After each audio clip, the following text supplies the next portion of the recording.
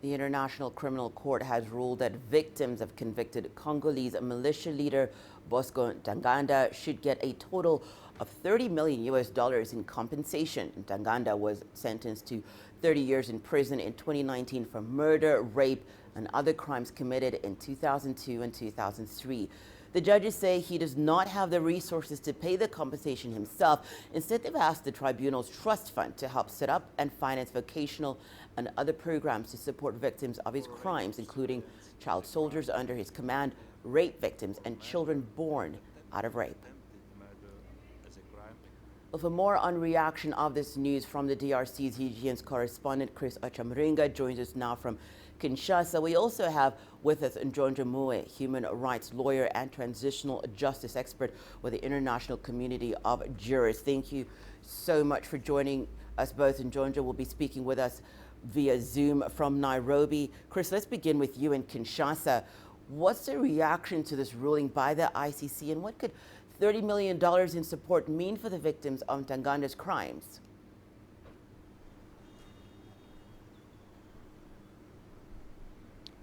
Well, Hannah, this ruling has been very well received by people in the northeastern province of Ituri, where these crimes were committed by Bosco Ntaganda's Union for Congolese Patriots militia between 2002 and 2003. The government hasn't issued a statement yet, but we know that President Felix Tshisekedi has been calling for an end to the conflicts in the eastern DRC and also justice for the victims who have suffered for a very long time. The authorities are saying that this is a step. It will send a very big message to all warlords in eastern DRC that impunity won't be tolerated. Hannah? Jojo, let's come to you here in Nairobi. What's your take on the award by the ICC, both in terms of the amount and the manner it is to be paid out? The amount, the order that was given by the judges yesterday will come as a great encouragement to the victims of Ntaganda's crimes. And it is obviously an unprecedented amount, being $30 million. But having said that, as you mentioned in the introduction, ideally that amount should be paid by the convicted criminal. But in this instance, with regard to Ntaganda, he has been found not to have the resources, and he's an indigent person, in which case the Trust Fund for Victims is required to step in and complement that order that was given by the court yesterday.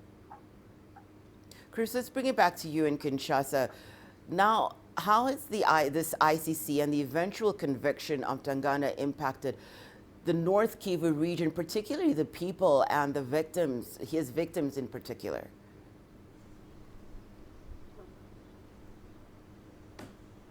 Well, it has had a very big impact. Like I mentioned earlier, North Kivu region has more than 100 rebel groups operating there. These rebel groups have been fighting over land, political representation, and the control of mineral resources. Now, this ruling is going to send a message to all the different rebel groups there that it may take long for justice to be served, but eventually it will happen. The long arm of the law will catch up with them, and so victims in that area are very happy that such decisions have taken by the ICC that favor people who have suffered, people who have been forced to flee their homes to neighboring countries. They have lost their their only means of livelihood. There are women who have been raped, men who were recruited as child soldiers way back in 2002. And so we have been made to understand that there's a charity that has been set up to support rape victims and men who were recruited as child soldiers and other people who lost their loved ones by Bosco Ntaganda's group. And Bosco Ntaganda was a very notorious rebel. He was known as the Terminator.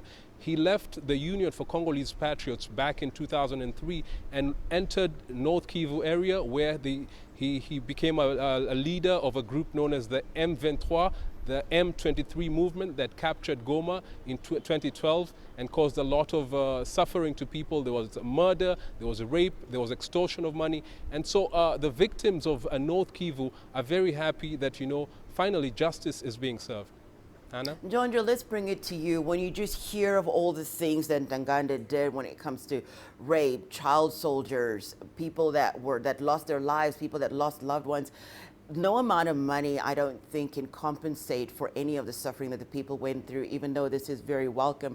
But what kind of precedence does it set for such cases where victims have waited so long for justice?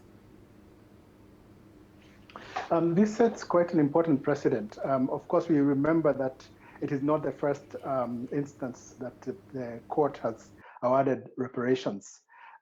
In the case of Thomas Lubanda, who was also convicted of crimes in the Eastern DRC, the court awarded $10 million. The Trust Fund for Victims is going to implement this award. It does not have a lot of money in its resources.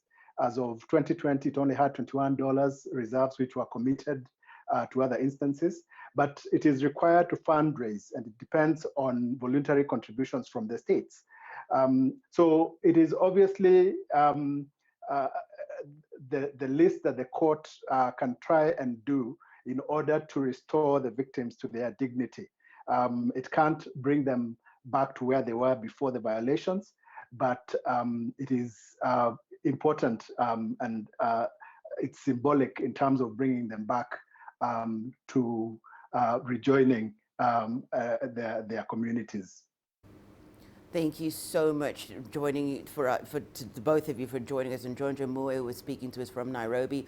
He's a human rights lawyer, and our correspondent, CGTN's Chris Ochamringa, was speaking to us from DRC's capital, Kinshasa.